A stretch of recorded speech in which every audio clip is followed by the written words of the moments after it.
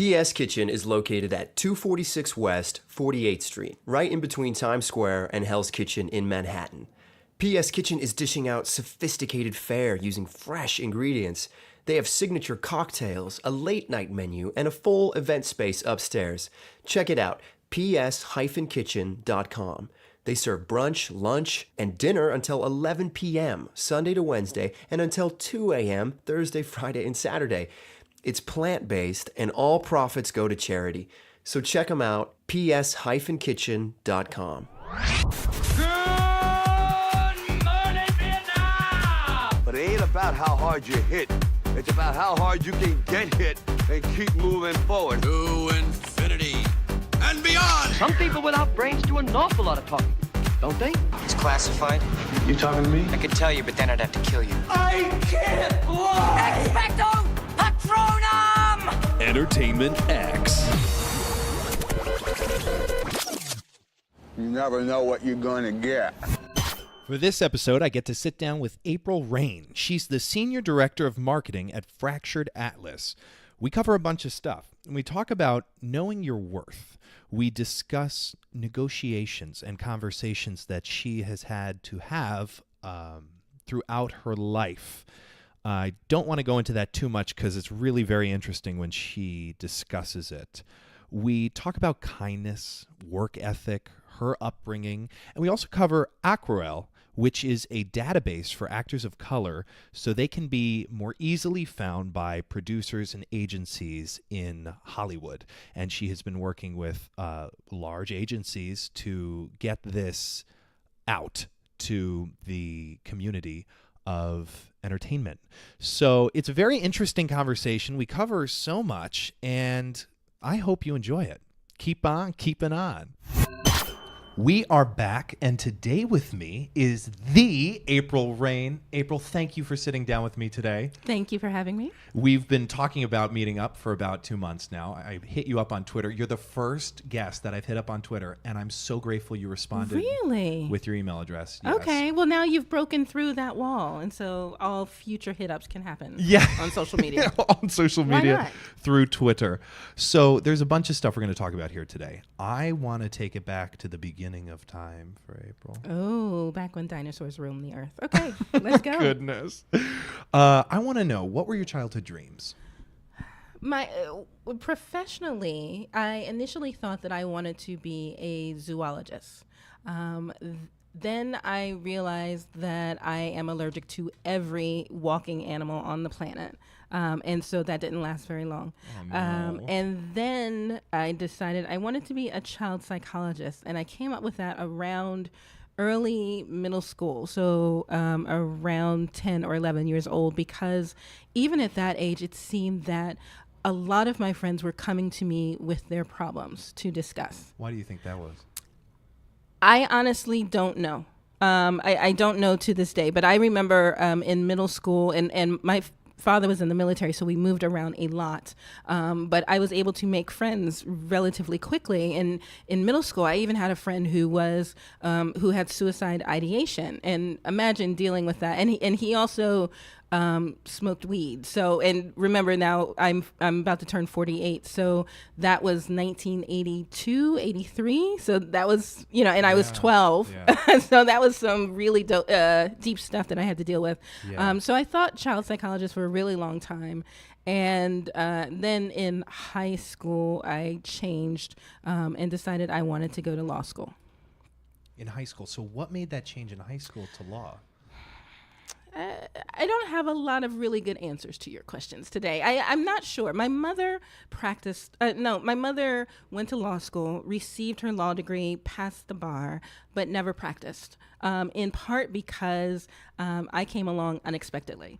And she made the choice that so many women do, to have a regular 9-to-5 where she could come home to her child, as opposed to the crazy hours that lawyers and doctors and other, professionals of that level practice.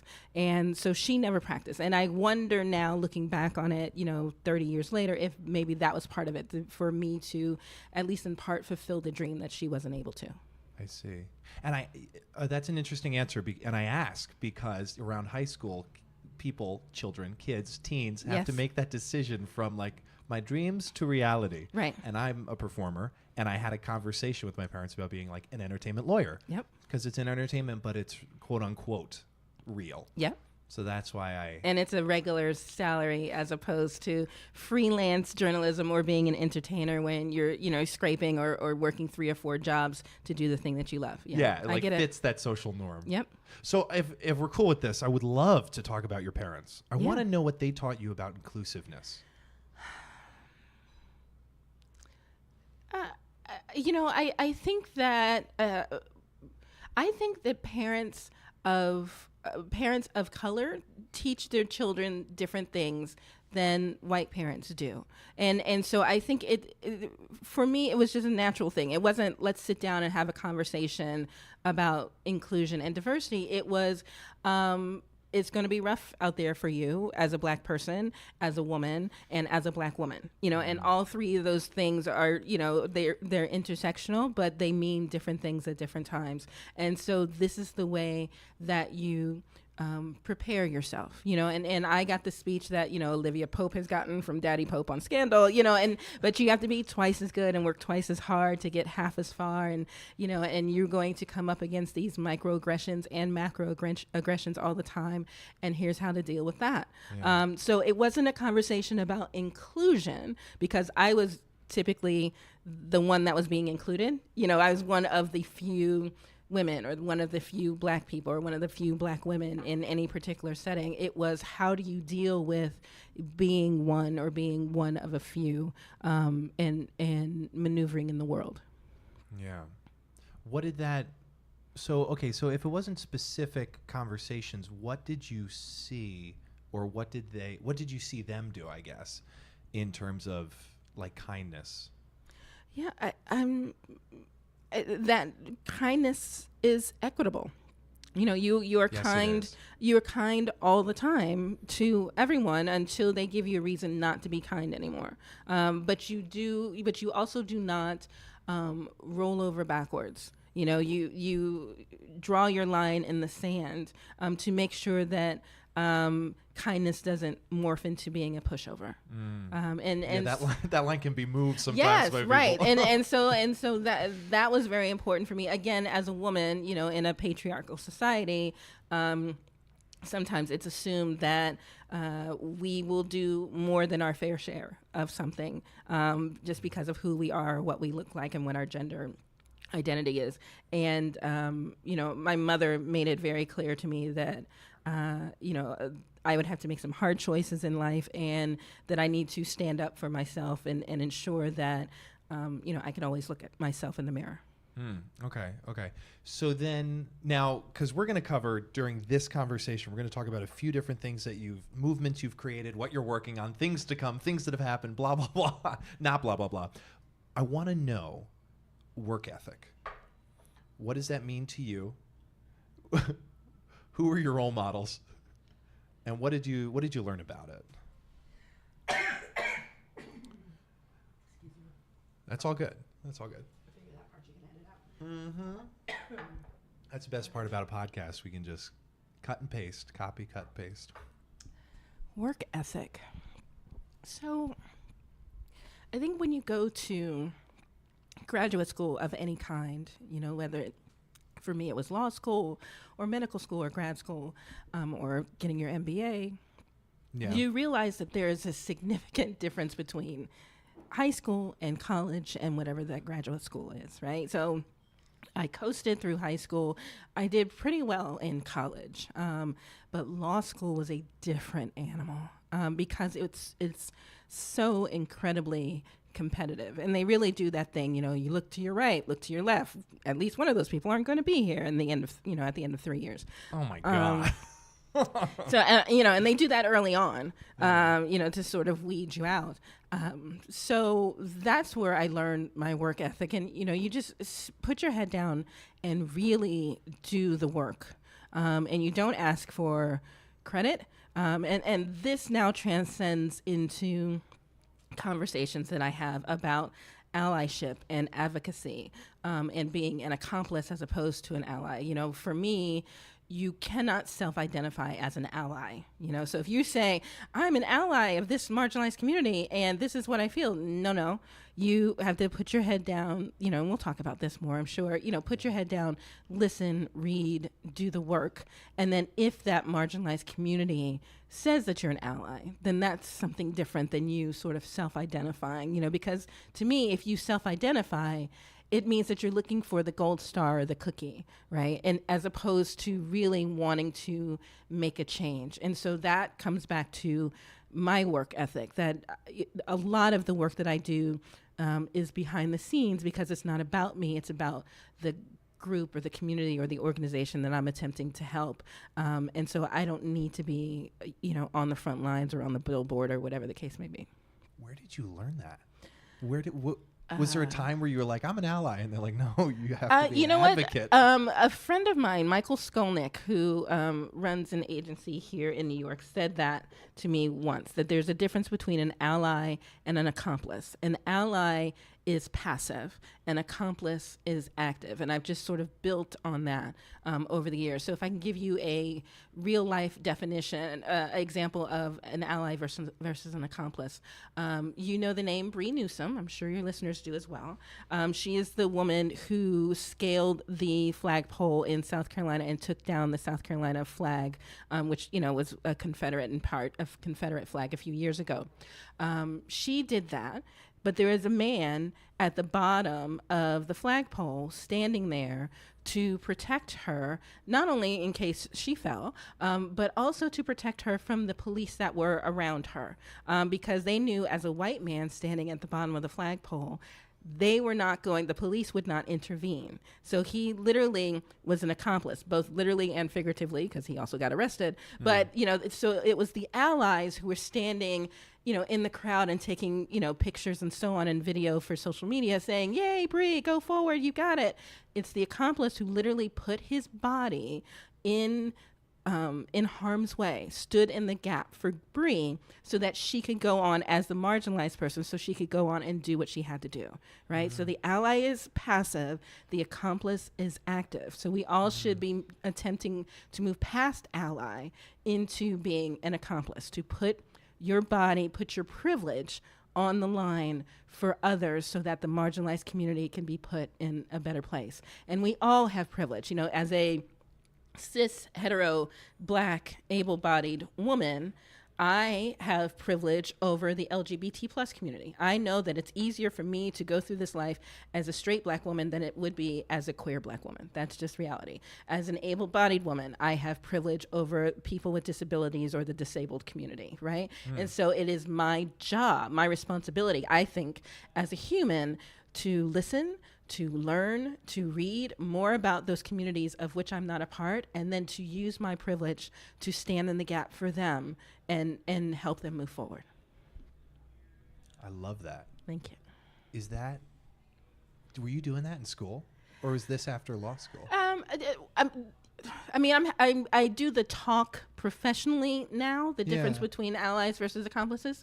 I think that I have always done it. I just didn't have the language for it, because there's always somebody, there's always a kid that's getting bullied in school, so even in elementary school, you see that. So if you are, if it changes, I have a daughter in high school and a son in college. And so, the geeks and the nerds are the cool kids now, whereas back in my day, they surely were not. And so, my daughter now, she cut off half of her friends because she felt that they were saying some things that were homophobic and transphobic. And you can imagine in high school, all you want are friends, right? And so and she did this in between 8th grade and her freshman year in high school. And I said, I get it. I support you. Do you understand that this means that you're not going to have any friends right now? She's like, I can always make more friends, but they need to know that I won't stand for that. What a larger way of thinking. Yeah. And we all should. That takes confidence. It takes confidence. It takes courage. Yes, I am proud of my kids every single day. Wow. They have a great role model. Thank you. So we're doing a little jumping around here. Yeah, I'm sorry Going about back. that. No, it's what I'm saying. I'm making an excuse for myself. Hobbies in school. Did you, what did you do? What were your hobbies? It's hard for me to say. I don't remember having a lot of hobbies. I like to read, and it was and so reading for fun as opposed to that textbook in front of you was always a pleasure of mine. I love music, so listening to music was always a big thing, and my dad always had music playing in the house. It's funny. I went home not too long ago to see my parents, and my mother was putting all the stuff together for Goodwill, and she had all of these albums, actual vinyl, in the Goodwill pile. And we almost had a fight. I'm like, how could you possibly, not only are these, probably, worth some money, but I think because we moved around so often. So, for example, I went to 3 different high schools in 3 different states. I went to 3 different second grades because even when we stayed in the same city, my mother was always looking for the better school district. So she would move me from school to school. Wow. Right. So, but the music was always constant, right? So there was always Earth, Wind, and Fire and Stevie Wonder. Now, remember, this is the 70s and the 80s, and the Commodores. And of course, on Sunday, we had gospel music blasting through the house. And so, as we moved, things got lost and things got left behind, but the music stayed. And so the thought for me of her getting rid of what felt like my childhood, even though obviously I could pull it up on Spotify or what have you, meant something. And nobody does albums anymore. Very few people do. And so some of those were truly works of art. Like I could look at Marvin Gaye's stuff for hours. Yeah. And so that was interesting, and so music was a large part of whatever hobbies I did. I mean, I remember liking roller skating and that kind of thing, but I was, and still I am very much an introvert. So they were always typically solo hobbies that I had. Do you have music that you listen to for focus or work music, or is it all in is it enjoyment music or is it enjoyment music while you work? I find that I work best in quiet spaces. So, I travel a whole bunch for work now, and I get a lot of work in those quiet hotel rooms. And part of that is, I will say, one of the kids is in college and one is home, and the one that's home is a teenager, so I never see her anyway. So it's not as if, I've got there too. Right. It's not as if I have a very raucous household, but I want to be able to incorporate music more because I find that it works well, but I think part of it is it has to be instrumental. So, for example, most recently, the score, not the soundtrack, but the score to Black Panther is unbelievable. And part of that is because I love the movie and I can sort of visualize some of the scenes as I'm listening to the music. But it is instrumental and it is absolutely phenomenal. And so that I'm incorporating more into my work practice. Forgive me, I'm not recalling. And maybe I don't know if you will either. Do you know who wrote the score? His first name is Lars. I'm gonna mispronounce his last name. I think it's like Goranson or something like that. He is on Twitter because I said you're amazing. Yeah.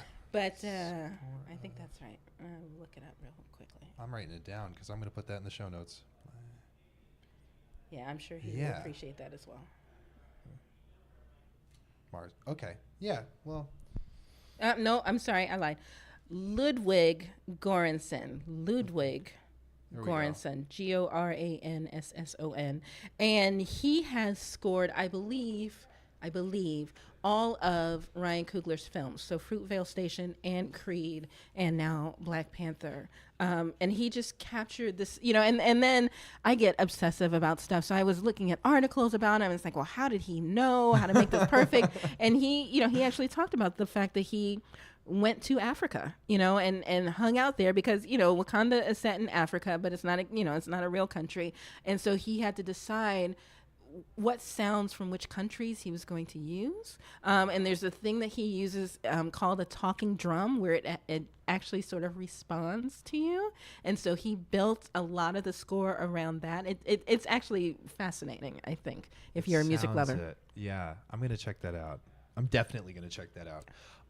Okay, so hopping back on over to law school. Yes. What did you love about studying law? Oh, absolutely nothing. No. Next question. No, I don't think so. I can't. There's really no enjoyment in it, and everybody, hindsight is 20/20 for everyone. Yeah. I know that I did not do law school properly.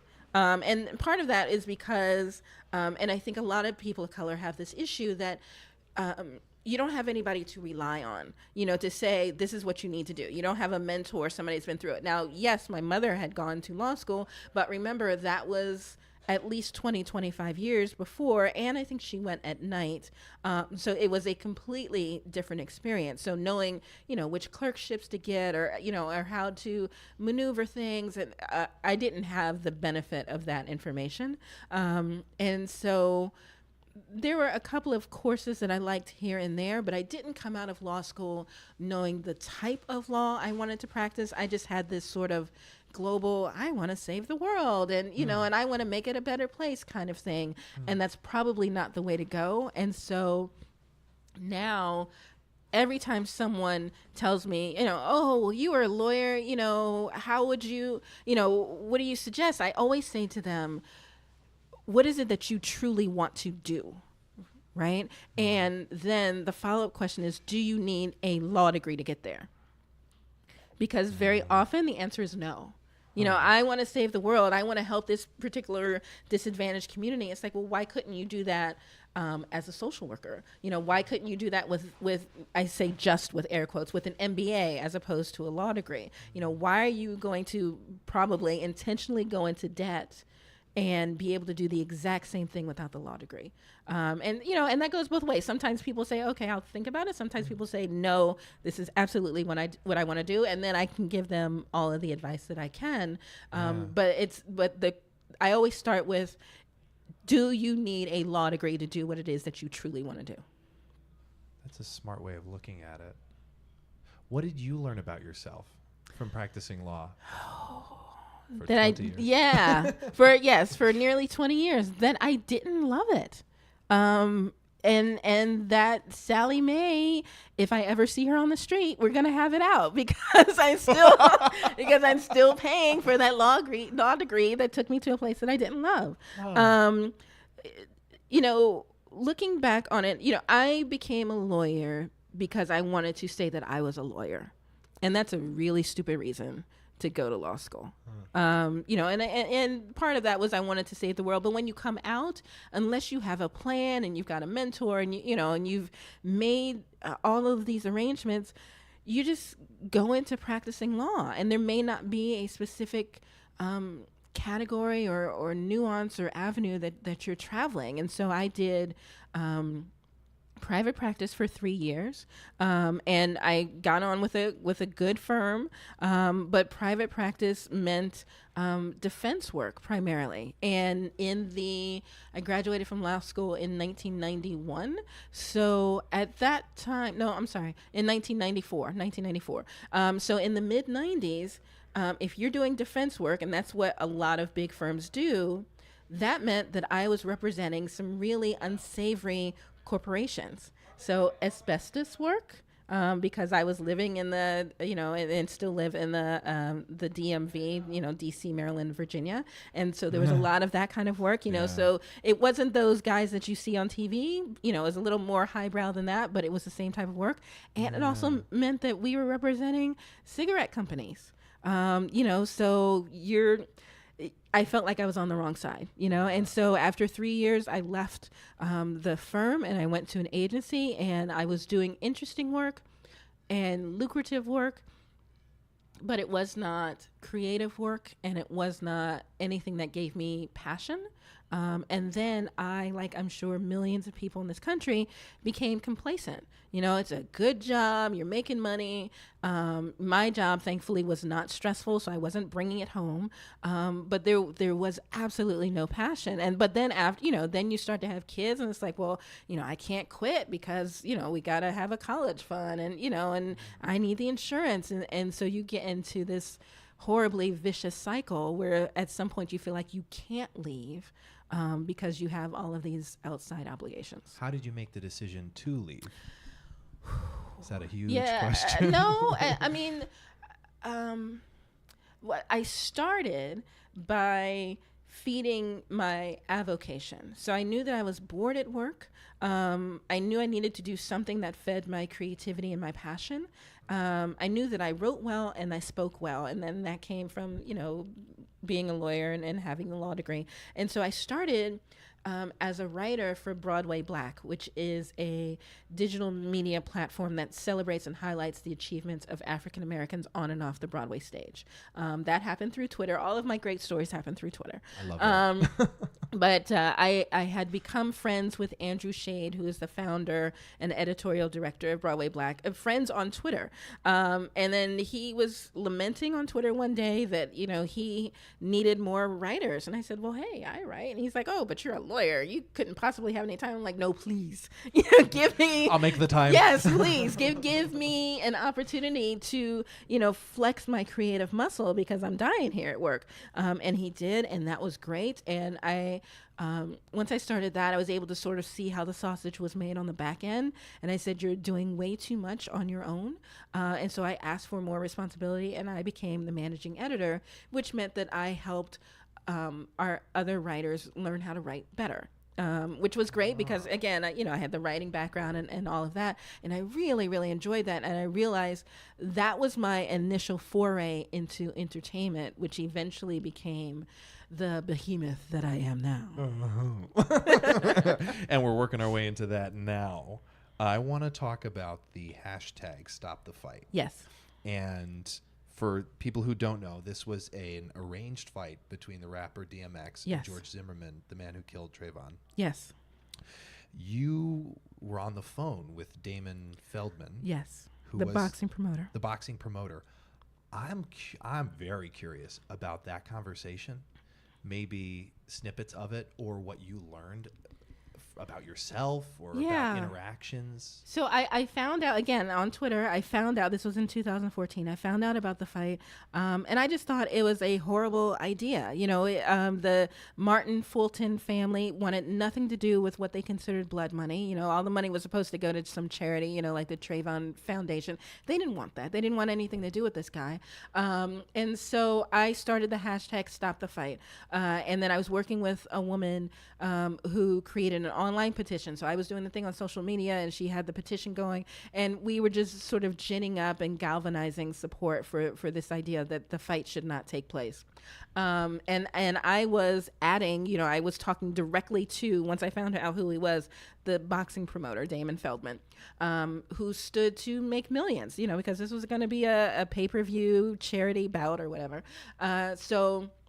I reached out via DM or he reached out, I can't remember which one, and gave him my phone number. I said, listen, I'm not going anywhere, but if you'd like to have a conversation, give me a call. And he did. I used every single legal skill that I had mastered over that, 15 years at that time. And told him that this was a bad idea. I appealed to him as a fellow parent, and what are you teaching your children? Is money more important than the feelings of others, especially when there was a death involved? Look at what I have done on social media. I'm not going to stop. So if you do this, your name will forever be tied with this. And so it's not going to be just this fight. It will be all future fights that your name is going, you are going to be linked to this guy who is a bad guy, regardless of what you believe about what went down. And we've seen that since then, Trayvon's killer, whose name I don't use because he's a sociopath and he actually searches for it. We've seen time and time again. He just got arrested not too long ago. And said something really horrible about Trayvon. So, so I negotiated, I appealed, I fought, and it was a spirited conversation, I will say. And then a couple of days later, he announced that he, in fact, was stopping the fight. So we won. What were your initial feelings? Relief, that the Martin Fulton family was not going to be put through additional trauma. Yeah. I mean, like most of the things that I do or try to do, it's not about me, right? I don't care about the hashtag or any of the rest of it. It was, I see people being harmed. I feel like I can use my platform to help them. So let me do that. You're such a forward thinker. Try. I feel like not that you see the future, but you see down the road and you see the repercussions of actions, which is a very intelligent way of thinking. And I appreciate that. That's a thank you. Thank you. You don't have to I respond to that. I appreciate it. I'm curious, where does your drive for standing up for people come from? I don't know. My initial answer is always, I want the world to be a better place for my children, right? And so that makes it easy, That's a good answer. But I also recognize that I have had these types of moments way before I was married or had children, right? And so the answer must be something more than trying to make the world a better place for kids that I didn't have at the time. So I don't know what the answer is. I think it's just, I feel a responsibility to make the world or situation better than it currently is.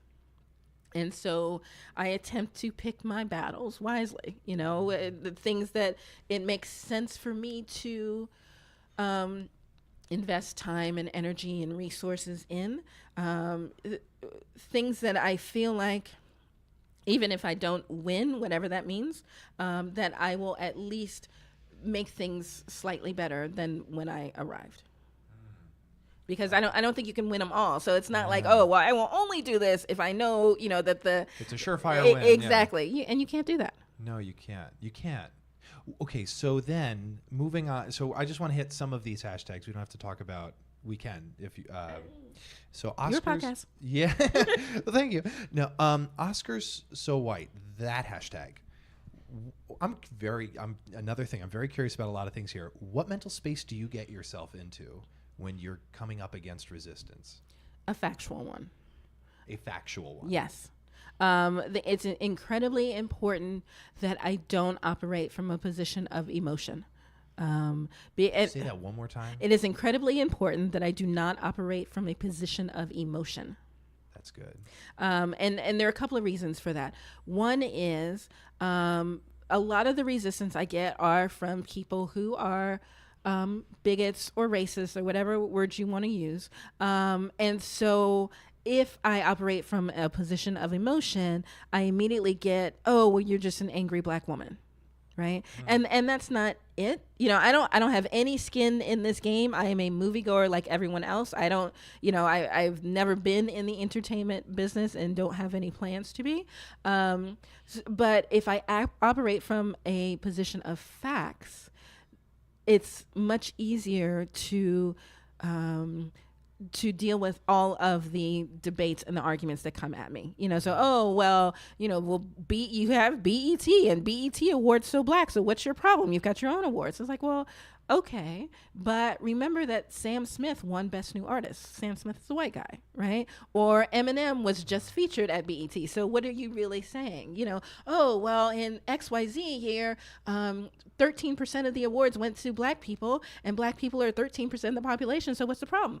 Oh, okay. However, we can't cherry pick our statistics. So let's look at the entire history of the Academy, all 90 years, and run those numbers with respect to the number of all people of color. Because this Oscar So White was never binary for me. It was never just, how come there aren't any black people on the wall, or who have received these awards. It's really about all marginalized communities, and that's race, gender, sexual orientation, and disability. So for example, I talk about the fact that Eddie Redmayne was Oscar nominated for his portrayal of a trans woman in The Danish Girl. But to me, why couldn't we have had a trans woman play that position, play that role? Especially because there are some times when I think that people who have actually been a part of the community can bring something special and extra to a role, that someone outside cannot. So yes, can we have Hamilton and it's, multiracial and multi-dimensional, and you have Black people and people of color playing white founding fathers? Yes, you absolutely can. But at the same time, let's think about, if you have the opportunity to put someone in that role who can really bring something extra, why wouldn't you allow that person to have the opportunity? That's what Oscar So White is about. You just answered my next 3 questions. I say that with a little bit of humor, but I'm taken aback by the way you articulate this. Well, I've had 4 years to perfect it. Because, it's great. Because this is a conversation in the theater community, as you know. And so it isn't just a black and white situation. It's not just one or the other. There's a whole yes. rainbow of colors that needs to be included in it. So and not just colors. Again, if you look at, I just saw Children of a Lesser God last night, and it was so important, I think, to have deaf and hard of hearing actors in some of those roles, right? Not only because they have they have opportunities that they might not have otherwise, but also because they are able to tell their story better than the hearing community can, because they have lived it. And there was Spring Awakenings last year, the year before, that also featured several deaf or hard of hearing actors. And the whole goal of Oscar So White is to talk my way out of a job, to normalize including marginalized and traditionally underrepresented communities so much that no one thinks about, oh, that's a Black person playing Joan of Arc, right? Because I saw that recently as well. It shouldn't matter. It should be the best possible performer in a role. But what we've seen historically is that marginalized communities don't always get the opportunities to audition for those roles.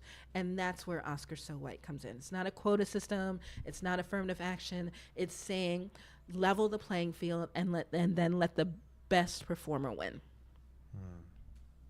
What do you hope the world can learn about diversity and inclusion through this movement? That representation matters, and that everyone should have the opportunity to have their story told.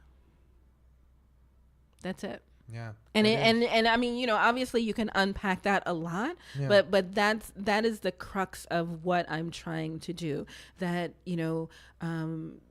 we saw with Coco, the movie, I talk film a lot, but Coco was this movie about a young Mexican boy who wanted to play a guitar, right? But it was so cute, and it was the first time that little brown kids, for many, could see themselves on screen in 2017. And so we have to have that conversation about why did it take that long, but also, so that's one part, the representation part.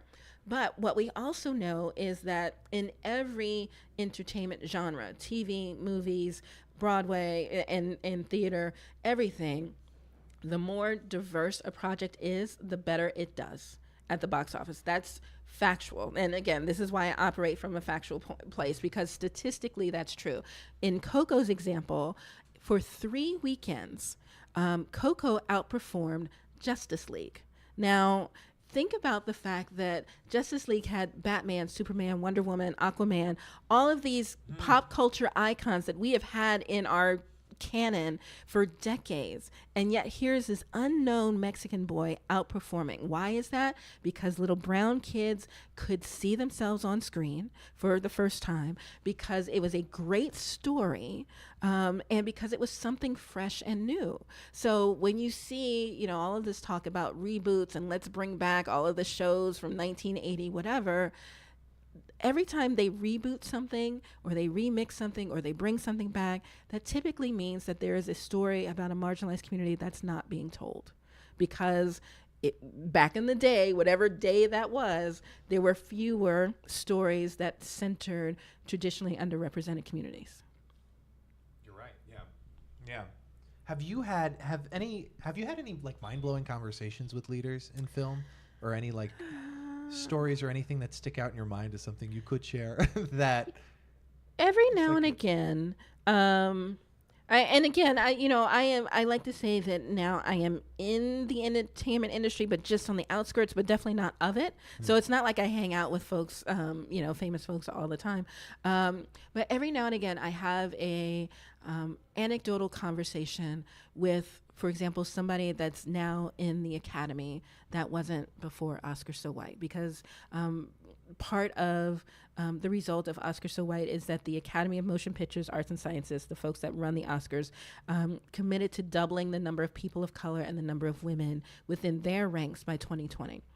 So for the last couple of years now, we've seen the most diverse membership classes ever. And so people who I argue always should have been part of the Academy now are. So for example, Julie Dash, who's a phenomenal director and directed Daughters of the Dust years and years ago, but it wasn't nominated for anything. And so she was not a member, is now a member. So just having that moment with her, just a short conversation in which she thanked me for the work that I had done, was unbelievable and incredibly sustaining for me. I met Jordan Peele not too long ago, who wrote and directed Get Out, and that was his first film, and now he's an Academy Award winner. And so that was a very lovely conversation that we had. Something that happened early on is back in the 70s when The Godfather won for Best Picture and Marlon Brando won for Best Actor, he sent up a Native American woman, not to accept the award, but to talk about why he was not there and to protest what was happening to indigenous peoples at that time. And her name is Sasheen Littlefeather. When we started having these conversations about Oscar So White, a journalist reached out to her, and was talking about, well, here we are, 40 years later, what do you think about how things are going? And she said some very kind things. And to know that she was, sort of working on these same issues, because I stand on the shoulders of Eartha Kitt and Harry Belafonte and so many others who have been talking about this for decades. I think that Oscar So White only happened in the way that it did because of social media, because I was able to talk to people around the world and galvanize voices in a way that couldn't happen 50 or 60 years ago or even 20 years ago. So the fact that she knew who I was, and she had been doing that work back in the 70s and understood and appreciated what I was doing today, was very heartening. Wow. Could you let us in on a little bit of your strategic thinking? As in, is there a headspace you operate from? Is it that factual? Yeah, that strategic thinking sounds lovely. I need to try it sometime. I mean, Oscar So White happened organically. There was nothing, I need to ideate and strategize and use all of those multi-syllabic words that people use. It was me, half dressed in my family room watching Thor, Chris Hemsworth, present the Oscar nominations that morning. And I was in my family room half dressed because I was getting ready for work. I was still practicing attorney at that time. And it was Thor in a suit. And so I needed him in HD on the biggest screen in our house, which was meant that I was in my family room. But, I really have been operating from a place of what can I do to help the most people, right? And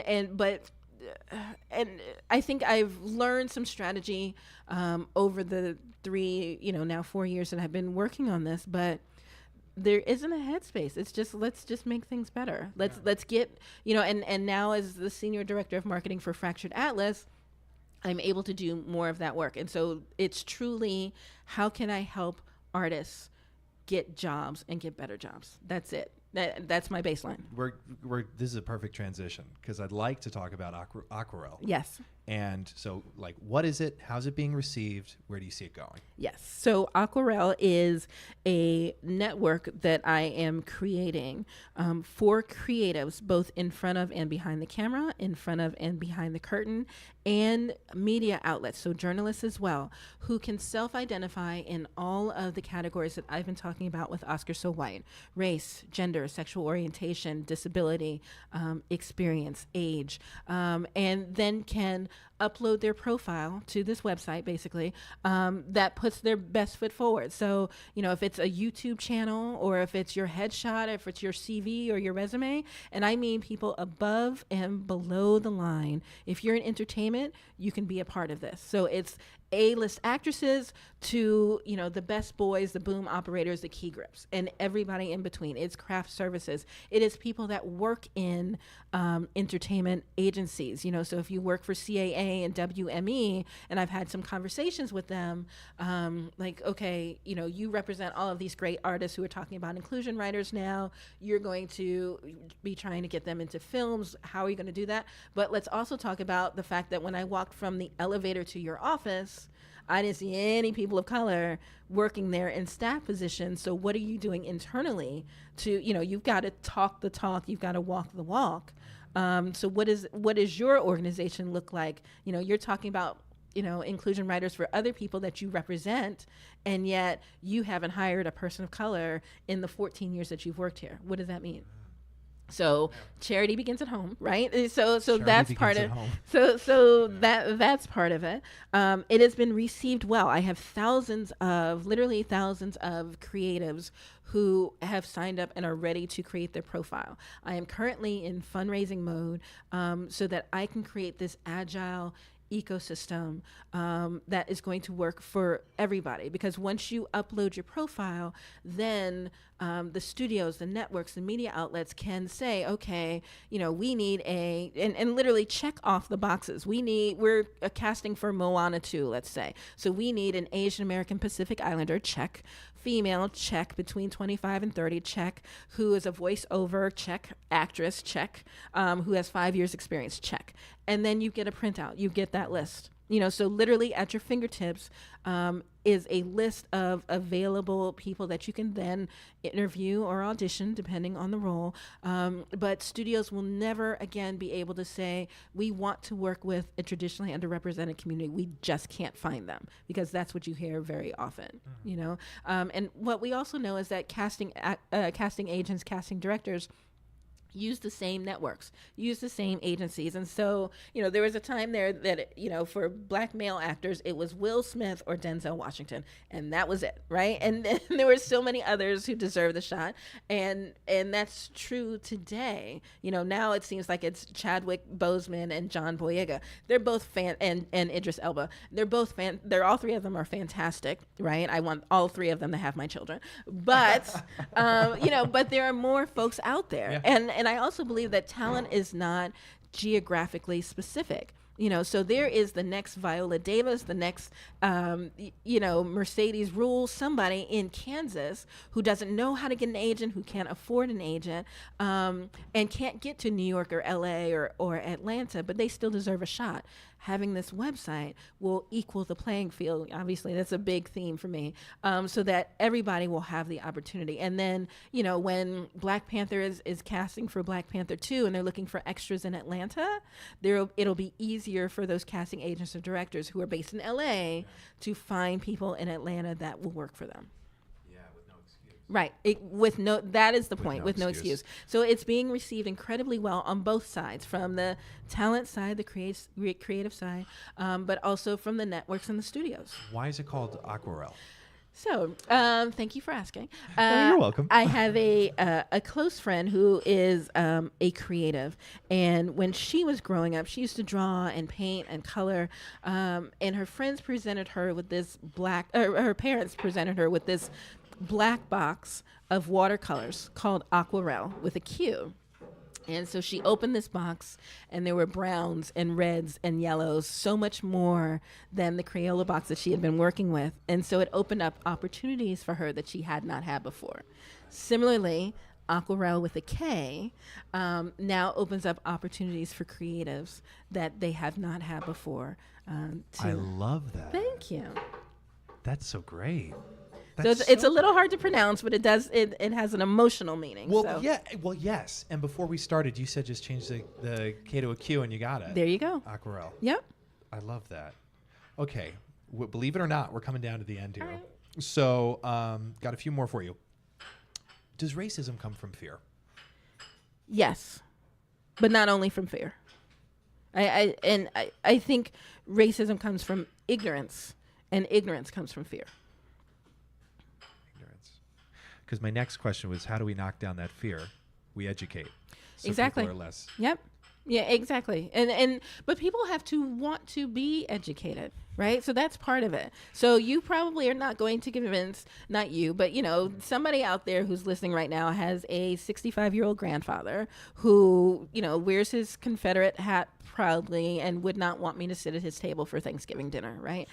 I'm not even interested, in having that conversation or trying to win him over. It's the people who are on the fence, the people who, have that one black friend, quote unquote, but still don't understand how saying that they have a one black friend is actually problematic. But those people who are open to listening and learning and reading, which is really important, and not being centered in a conversation. And we see that a lot, not just with racism, but also sexism and homophobia and all of the phobias and the isms that are out there, right? You have to take yourself out of the situation and say, I am the privileged person here. How can I learn more from my, underrepresented counterpart? And we all have work to do on that front. I'm curious, is there, or what could a listener do right after this episode to become like an accomplice? Read and listen. There are books that you can read. There are resources out there, right? Thankfully, who knows what's going to happen to net neutrality, but Google, as of today, is still free. And so there are resources out there that you can use to learn more about the people that you want to assist. That for whom that you want to stand in the gap. Please do not go to your black friend or your gay friend or disabled friend and say, teach me all there is to know. We don't have that kind of time. We're not interested in doing that. Yeah. But that happens. Yeah. But maybe you can ask that friend for a list of resources. I want to learn more. Is there a reading list or something where I can start? Yeah. Yeah. Is there a piece of advice you could give someone or would give someone on standing up for what they believe in? Stand your ground. Stand in your truth and know that you are right, and know that you are making the world a better place, even though it may be uncomfortable. Is there something you believe in that others may think is insane? Prince is still alive and lives in Minnetonka. Okay.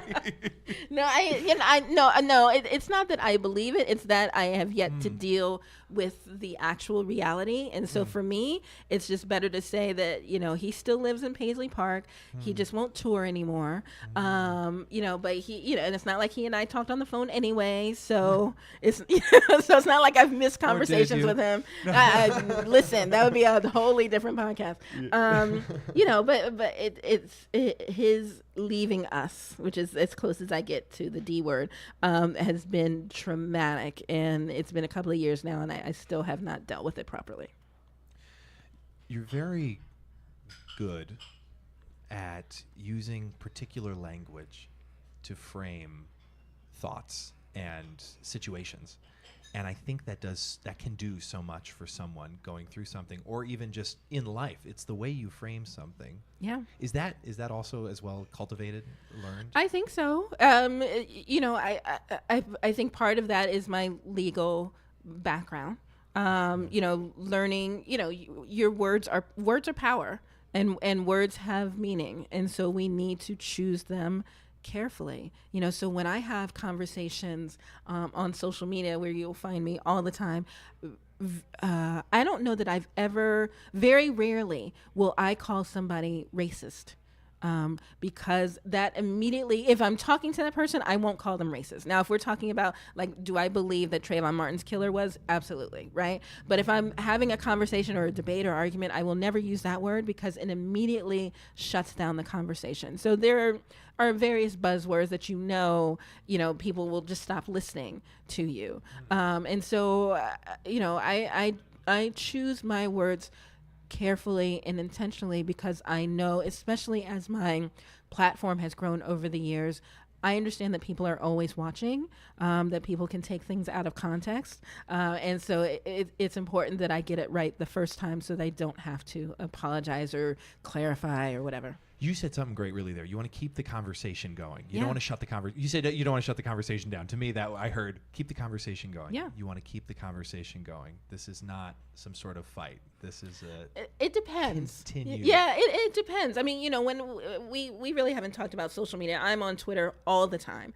And there are times when ignorant people come at me or say something stupid in my mentions or what have you. And folks will always say to me, oh, you're punching down. Why are you messing with Twitter trolls? Why can't you just let them go? It's not about that person. It's about the person that follows me, who probably has never interacted with me, but who may learn something from that conversation, and it's also about getting that person off again, the person that I've never interacted with off the fence to whatever side I'm advocating for, right? And so I'm using that Twitter troll, with 60 followers or what have you, who's talking nonsense to actually educate somebody else. And I'm just using them as a pawn. Because everyone's watching. Exactly. On No, Twitter. absolutely. Yeah. Absolutely. And, and now, I know that I have journalists and editors and all kinds of folks watching. So it's the regular everyday people who, saw one thing that I said and kind of thinks that I might be quote unquote racist or weird or whatever, but want to know more. It's that person that I've never interacted with that I'm attempting to reach. Is there a common piece of incorrect advice you hear a lot in your field? Oh, I don't even know what my field is, so I don't know. That's why I said your field. Because there's like a few, I think. I mean, yeah, let me flip it and say, what I tell people is to figure out what that thing is that you would do for free. Don't ever do it for free, but figure out what that thing is that you would do for free, and then figure out how to make that your actual job. So the contrary, to get closer to your answer, your question is, take the job that's going to make you money or is going to make you rich, or do the thing that your parents told you to do, or the thing that you went to college for, right? And I fully understand that rent is still due on the 1st. And so there's so many of us that have to do, something that we don't want to do. But I try to help people get to the place where their passion is also the thing that pays that rent. yeah. How do you view happiness? Through the eyes of the people that I help. That's beautiful. And I want everybody to be happy. So, and it changes. I mean, sometimes, happiness is a key lime cupcake, right? Sometimes it can be simple, sometimes it can be complex. Right. And other times it's knowing that there are more people from traditionally underrepresented communities in the academy than there were 5 years ago. Right. So it really changes. But I try to view my happiness through the lives of others. Yeah. Do you have, would you recommend any books or most gifted books? Any that come to mind? I can't even remember the title of it, but Zora Neale Hurston, who passed away, obviously, has a new book out in which she talks to the last living person to have come over, to have been enslaved in this country. Okay. And it's phenomenal, and it tells us so much about our history, right? Yeah. And it is a shared history, and so it's important that we all read something that makes us uncomfortable, because I think only through discomfort can the learning begin. I think if it's easy, only through discomfort can the learning begin. That's what I believe. And her new book is called Barracoon, Barracoon. Okay. Metaphorically speaking, if you could put a quote or a word on a billboard for millions to see, what would it be? Know your worth. Know your worth. Mm-hmm. You know your worth. You know, it's something that I struggle with, to be honest with you. But don't accept things that are not going to push you forward in some way, either mentally or financially or what have you. But know your worth, and the corollary to that is to own your awesome. Like, we all have something. And there are times when, it's a very dark day and we need something to cling to. So figure out whatever that thing is that you are awesome at. I mean, it may be making tacos, it may be, shower singing, whatever, but everybody has that dark moment when they need to cling to something. And so figure out what that moment is in a time of calm, so that when it does get dark, you're not searching for it in the dark. April, but know your worth is my thing. Know your worth. April, I love this. I'm so glad we could sit down. How time flies when you're having It does. fun. Thank you. These are great questions. I've never been challenged like this in a podcast, so I appreciate you. I appreciate you saying that. Thank you very much. Where can we find you? I am brand consistent because marketing director. Yes. So Reign of April, REIGNOF, and then April like the month. Twitter is where I hang out every single day, but also Facebook and Instagram, and my own website is reignofApril.com. And also, for all the creatives that are listening, please check out Fractured Atlas. I am the Senior Director of Marketing, but Fractured Atlas is the largest arts service organization in the country with over 65,000 members. We help you do the business side of the things that creatives very often don't think about. So I'm talking about casualty and liability insurance if you are trying to front your stage play. We are a 501c3 nonprofit, and so we can help you with fiscal sponsorship. We will help you sell your tickets to this play that we're talking about so that you don't have to go through Eventbrite or, brown paper tickets or what have you. And we want to see creatives get the promotion and their projects moved forward. April, this has been a joy, a privilege, and a pleasure. Thank you. Ladies and gentlemen, April Reign. And the crowd goes wild. You've been listening to Entertainment X, the podcast. You can follow Entertainment X on Instagram at _EntertainmentX_. If you haven't yet, go to Apple Podcasts and subscribe, rate, and review this podcast. Join Clay next week for another curiosity conversation on Entertainment X. Thank you for listening.